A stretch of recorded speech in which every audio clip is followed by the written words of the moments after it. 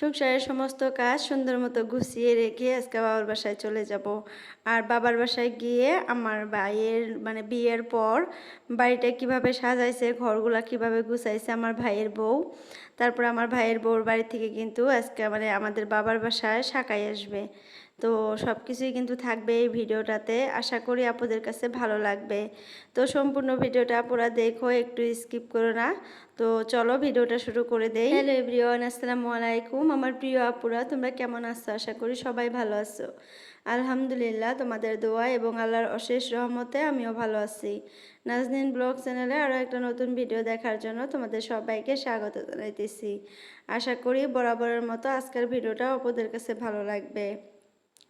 যদি কেউ নতুন আসো আমার চ্যানেলটাতে, প্লিজ আমার চ্যানেলটা সাবস্ক্রাইব করে অল নোটিফিকেশনটা ক্লিক করে রাখো। এতে করে আমি যখন একটা নতুন ভিডিও আপলোড করব তোমাদের মোবাইলে নোটিফিকেশন পৌঁছে যাবে। আর তোমরা কিন্তু তোমাদের সুযোগ সময় বুঝে আমার ভিডিওটা দেখতে পারবা। তো এই তো দেখো, ঘরে টুকটাক কাজ কিন্তু করে নিছি, রান্নাবান্না হয়ে গেছে। যেহেতু বাবার বাসায় চলে যাব তার জন্য কিন্তু ওরকম ভারী কোনো রান্নাবান্না করি নাই, সিম্পল একদম দুপুরে কোনো রকম খেয়ে চলে যাব।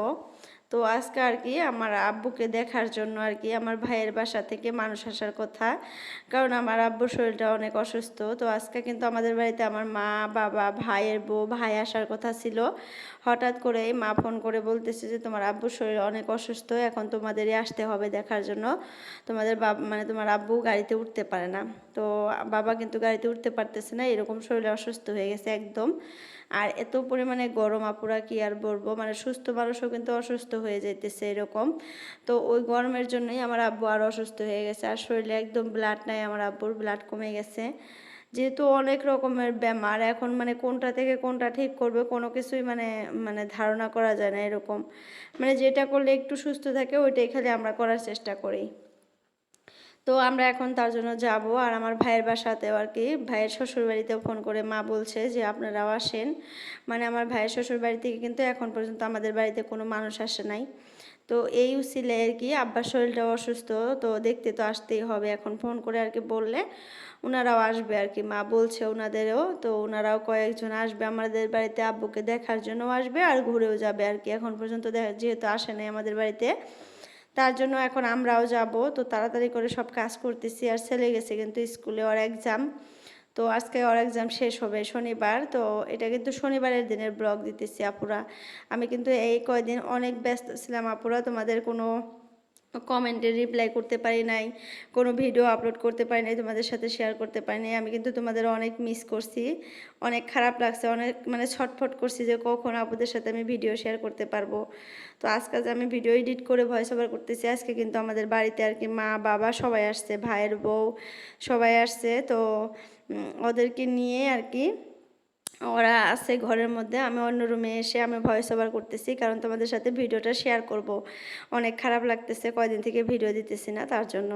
তো চলো, এই পাশে দেখো কয়েকটা বেগুন ছিল গাছে, তুলে নিলাম। যেহেতু এগুলো যদি রেখে যাই হয় ছাগলে খেয়ে ফেলবে, তা না হলে নষ্ট হয়ে যাবে, বড় হয়ে যায় নষ্ট হয়ে যাবে।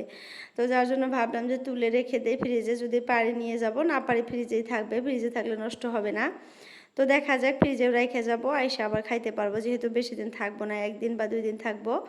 আমার ইচ্ছা আছে 1 দিন থাকার। তো দেখা যাক পরিস্থিতি হিসাবে সব কিছুই হয়। আব্বুর শরীরটা যেহেতু অসুস্থ, তো যাওয়ার পরেই আমরা আর কি বলতে পারবো কেমন কি। কিন্তু আমরা আসার ট্রাই করব, কারণ মানডে দিন জিশানের স্কুল আছে, ছেলের স্কুল আছে। আর সামনে আবার ছেলের কিন্তু হাফ ইয়ারলি এক্সাম। এটা আগস্ট মাস, আগস্ট, জুন, জুলাই, আগস্ট, সেপ্টেম্বরের 15 তারিখ থেকে আবার ছেলের হাফ ইয়ারলি এক্সাম শুরু হবে। তো ওকেও কিন্তু পড়াইতে হবে এখন আবার নতুন করে। আপুরা আর কি বলবো, পড়াশোনা, রান্না বান্না, সকাল কাজকর্ম নিয়ে এত পরিমাণে ব্যস্ত। এইভাবে মনে হয় জীবন যদি কাটে তাহলে মনে হয় কতদিন পরে হয়তো পাগলই হয়ে যাব এরকম লাগে। কিন্তু আসলে পাগল হব না, কিন্তু জীবনটা এরকমই, সবারই জীবনটা এরকমই হয়, লাইফটা এরকমই হয়। আমরা একটু বাচ্চাদেরকে নিয়ে সিরিয়াস বেশি, পড়াশোনা ভবিষ্যৎ নিয়ে একটু সিরিয়াস বেশি, সবাই তো এরকম হয় না। আমি জানি সব মায়েরাই কিন্তু এত সিরিয়াস হয় না, এটা হয়তো অনেক আপুরাই এখন খারাপ পাইলেও কোনো কিছু করার নাই। কারণ আমি চোখের সামনে অনেকেই দেখি আর কি, অনেকেকে যে বাচ্চাদের নিয়ে এতটা সিরিয়াস থাকে না পড়াশোনা বা কোনো কিছু নিয়ে। তো যাই হোক, আমার মতো অনেক আপুরাও আবার আছে বাচ্চার ভবিষ্যৎ নিয়ে অনেক চিন্তা করে কি করলে ভালো হবে, কিভাবে পড়াইলে ওর রেজাল্ট ভালো হবে, ভবিষ্যতে একটা কিছু করতে পারবে। তো আমার মতো এরকম টেনশনালাও কিন্তু অনেক আপু আছে আমার ভিডিওতে, আমার ভিডিও দেখে। তো যাই হোক, এইগুলা নিয়েই জীবনটা চলতেছে, কাজকর্ম, খাবার দাবার, রান্না বান্না, বাচ্চা পড়াশোনা, ঘুরা বেড়ান, মানে অনেক কিছুই। তো কোনো জায়গায় গেলে যে কতটুকু ক্ষতি হয় নিজের সংসারের, এটা আর কি বলবো, না গেলেও তো হয় না। আসার পর আবার নতুন করে মনে হয় সংসারটা স্টার্ট করতে হয়, আবার বাচ্চাদের পড়াশোনা আবার নতুন করে স্টার্ট করতে হয়, মানে সব কিছুই আবার নতুন করে স্টার্ট করতে হয়। ঘুরতে যাওয়ার সময় কিন্তু অনেকই ভালো লাগে, কিন্তু আসার পরে যে সব কিছু আবার নতুন করে শুরু করো, এইটাই কিন্তু প্রবলেম হয়ে যায় অনেক। তো বাসনগুলো সব দেখো ধুয়ে নিলাম, তোমাদের সাথে কথা বলতে বলতে ধুয়ে নিয়ে বাইরে শুকিয়ে দিয়ে আসলাম। স্ল্যাবটাও কিন্তু মুছে নিলাম। তো এইটা মানে যাব দেখে আজকে কিন্তু ভালো করে মুছে রাখতেছি, যেহেতু চলে যাব। তো এইভাবে যদি রেখে যাই, আসার পর তেলকেশটা ভাব ভাব লাগবে, তার জন্য ভালো করে ঘষে টষে এমনিও রেখে যাইলে কিন্তু পারতাম যে থাকা, বাবার বাসায় যাব, তো পরিষ্কার করার কি দরকার। কিন্তু ওই যে আমি ভাবতেছি যে 2 দিন যদি থাকি, তাহলে আসার পর দেখবো কি এগুলো একদম কাস্টে ধরে আছে, তার জন্যই কিন্তু এগুলো সব পরিষ্কার করে যাইতেছি। আসলে কোনো জায়গায় যাওয়ার আগেও কাজ করতে হয়, পরিষ্কার করতে হয়, আবার আসার পরও কিন্তু অনেক কাজ করতে হয়, পরিষ্কার করতে হয়। একদিন থাকলেও কিন্তু আসার পর আবার নতুন করে সংসারটা স্টার্ট করতে হয়। তো যাই হোক, কাজকর্ম তো করতেই হবে। কত টাইমে ভালো লাগে, কত টাইমে ভালো লাগে না, কত টাইমে করতে ইচ্ছা করে, আবার কত টাইমে ইচ্ছা করে না। এখন যেহেতু বয়স হয়ে যাইতেছে, বাচ্চা কাচ্চাও বড় হইতেছে, বাচ্চাদের মানে খেয়াল রাখতে হয়, অনেক কিন্তু সমস্যা, অনেক প্রবলেম। তো সব কিছু সামলিয়ে উঠে মানে একটু সুস্থভাবে জীবনযাপন করা কিন্তু এখন অনেকটাই মানে টাফ হয়ে গেছে এরকম। তো সবার ক্ষেত্রে কিন্তু এটাই হয়, সবার জীবনে খালি দেওয়া মানে শোনো যে প্রবলেম প্রবলেম, এত প্রবলেম, মানে প্রবলেম ছাড়া কিন্তু কারো লাইফই নাই, কেউ কম আবার কেউ বেশি, আবার কেউ দেখবা যে অনেক বেশি, অধিক মাত্রা। তো যাই হোক, আমরা মনে করি সব কিছুই ঠিক আছে, একটু কাজকর্ম করে খাইতে হয় আর কি। তো এগুলা কিন্তু করে খাইতেই হবে, একটা সংসার, একটা লাইফ, একটা জীবন মানুষের কিন্তু এমনি এমনি হয় না।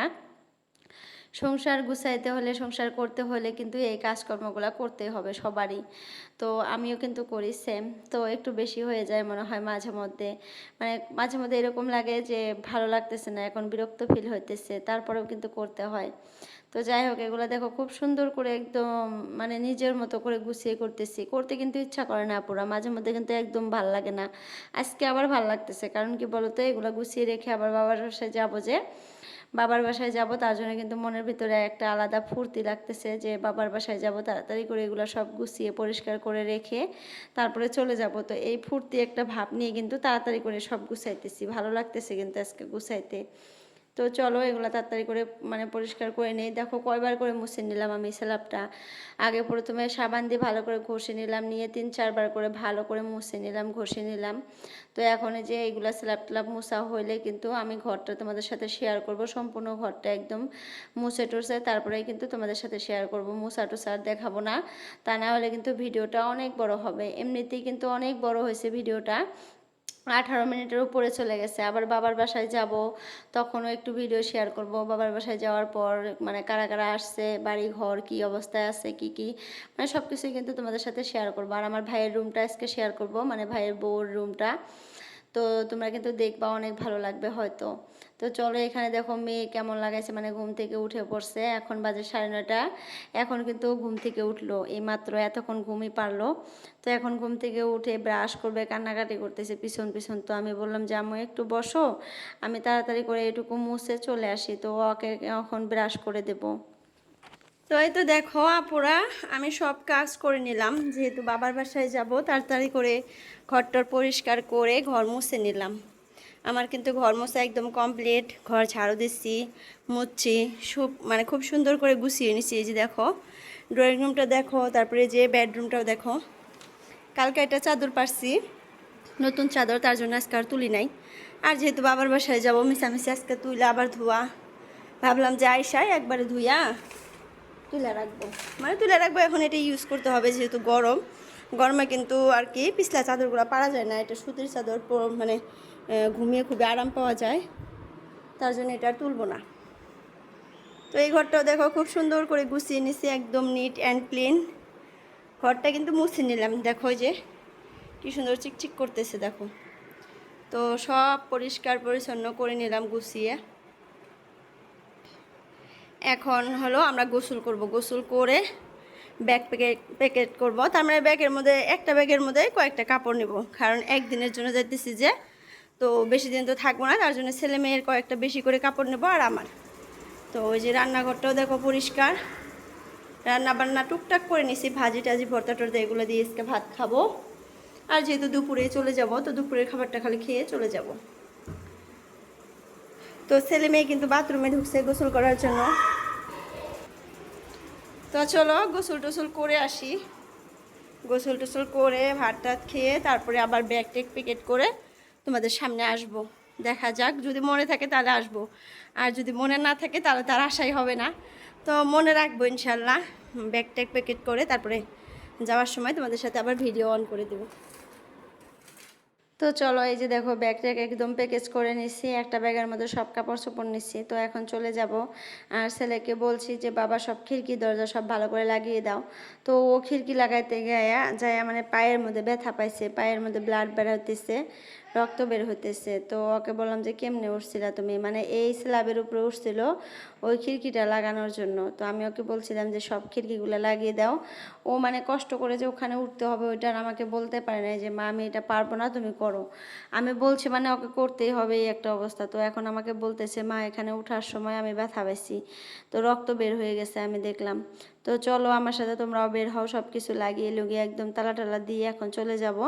তো ছেলে পাশে জুতা পরতেছে, ওর আব্বু কিন্তু ব্যাগটা নিয়ে গাড়িতে চলে গেছে।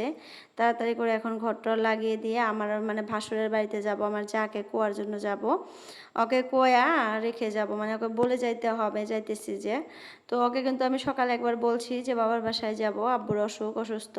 তো সবাই কিন্তু জানে আমাদের বাড়িতে আমার ভাইয়ের বউ মা আব্বা সবাই আসবে, কিন্তু হঠাৎ করে এটা হওয়ার জন্য কিন্তু আমরা মানে যাইতেছি এখন।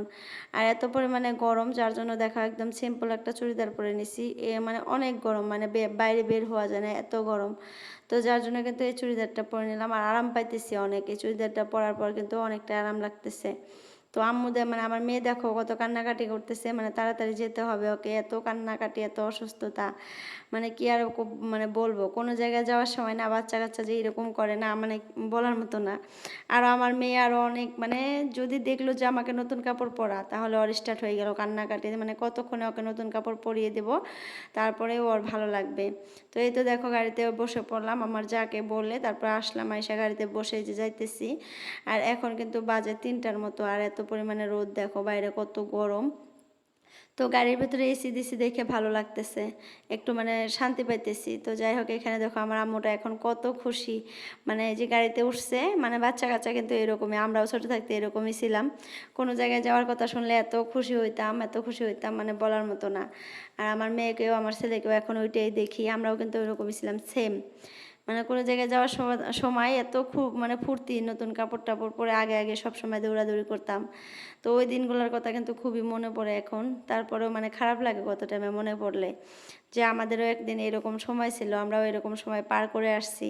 আর এখন যে সময়ে আছি আল্লাহ, খালি টেনশন আর টেনশন, খালি মানে প্রবলেম আর প্রবলেম, একদম ভালো লাগে না, একদম বিরক্তকর একটা লাইফে আসছি।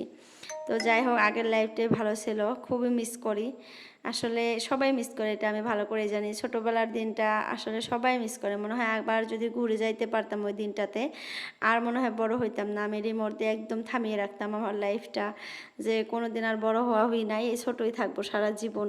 তো চলো, গাড়িতে আর ভিডিও টিডিও করি নাই, ভিডিও অফ করে রাখছিলাম, একদম বাড়িতে চলে আসছি, এখন বাড়িতে এসে বসছি, দেখো এই যে একটু বসে আছে আরাম করতেছি। তো চলো দেখি রান্নাঘরে আমার ভাইয়ের বউ কী রান্না করতেছে, মাছ মাংস সব কিছুই কিন্তু আজকে রান্না হবে, কারণ বাড়িতে অনেক মেহমান, তো মেহমানকে কিন্তু দেখাইতে পারবো না, কারণ সবগুলাই বউ মানুষ আর কি, সবাই মানে ক্যামেরার সামনে আসতে চায় না এরকম। তো যাই হোক, আমি মানে জাস্ট একটু একটু করে তোমাদের সাথে শেয়ার করি।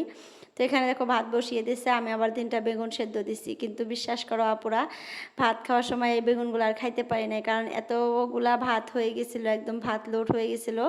আবার এখান থেকে ঢেলে প্রেসারে দিয়ে তারপরে আবার সিটি মেরে তারপরে দিচ্ছি ওনাদের খাওয়ার জন্য, এরকম একটা অবস্থা। তো যাই হোক, এখানে দেখো ভাত বসিয়ে দিয়ে, আর এই যে দেখো আমার ভাইয়ের বউ, আমি জানি কি বলতেছি, যে দেখি তোমাকে একটু দেখাই, তো বলতেছে যে জামিন আমিন ধরি আমি, আমাকে দেখাও। এত ক্যালটা কি আর বলবো, মানে সবসময় হাসাহাসি করেই থাকে।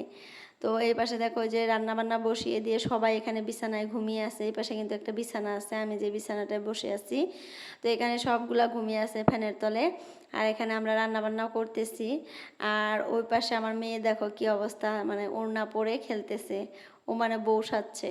তো চলো বাইরে যাই, আর ওই বাইরের রুমে যাই, সবাই টিভি দেখতেছে, মানে আমার ভাই, আমার হাজবেন্ড, ছেলে মেয়ে, মানে তারপরে আবার আমার মানে ভাইয়ের যে শালি হয়, শালি আসছে একটা, আবার একটা শালির আর কি মেয়েও আসছে। তো এখানে সবাই বসে বসে টিভি দেখতেছে, এখনও টিভি দেখে এরা, মানে নতুন করে টিভি লাগাইছে, আমাদের বাড়িতে আগে ছিল না, মানে টিভি ছিল কিন্তু লাগানো ছিল না, এখন আবার মানে ডিশ এনে লাগাইছে। তো ওই টিভিটাই কিন্তু সবাই দেখতেছে, তো আমার আর দেখার ভাগ্য হইতেছে না, কারণ কাজ করতেছি। আমি কিন্তু টিভিটা এখন খুবই মিস করি, মনে হয় একটু টিভি দেখলে ভালো লাগতো, কিন্তু সময় হয় নাই। তো যাই হোক, এখানে দেখো এই যে দুজন বসে পড়লো, আর দুজনের অবস্থা দেখো, এই যে দুজনেই কালো কালো পরছে, ও স্পোর্টিং কালো, মানে ম্যাচিং হয়ে গেছে, ওড়নাটা কালো। তো আজকে কিন্তু তোমাদের সাথে শেয়ার করে দিলাম আমার ভাইয়ের বউয়ের মুখটা, তোমরা অনেকেই আর কি দেখতে চাইছিলা, তো যার জন্য কিন্তু দেখাই দিলাম। এখানে আমার ছেলে বসে আছে, মোবাইল দেখতেছে। এখানে যে এটা শালি, কিন্তু আমার ভাইয়ের শালি ছোট, আর এই যে এটা কিন্তু শালির আর একটা, মানে জ্যাঠা তো শালির মেয়ে, মানে যেইটাস, জ্যাঠা তো যেইটাসের মেয়ে, মানে জ্যাঠা শ্বশুরের মেয়ের মেয়ে এটা। তো যাই হোক, এরা মানে কয়জন আছে, 6-7 জন আসছে আর কি, আব্বুকে দেখার জন্য আসছে আর ঘুরতেও আসছে, তো দুইটা একসাথে হয়ে গেল।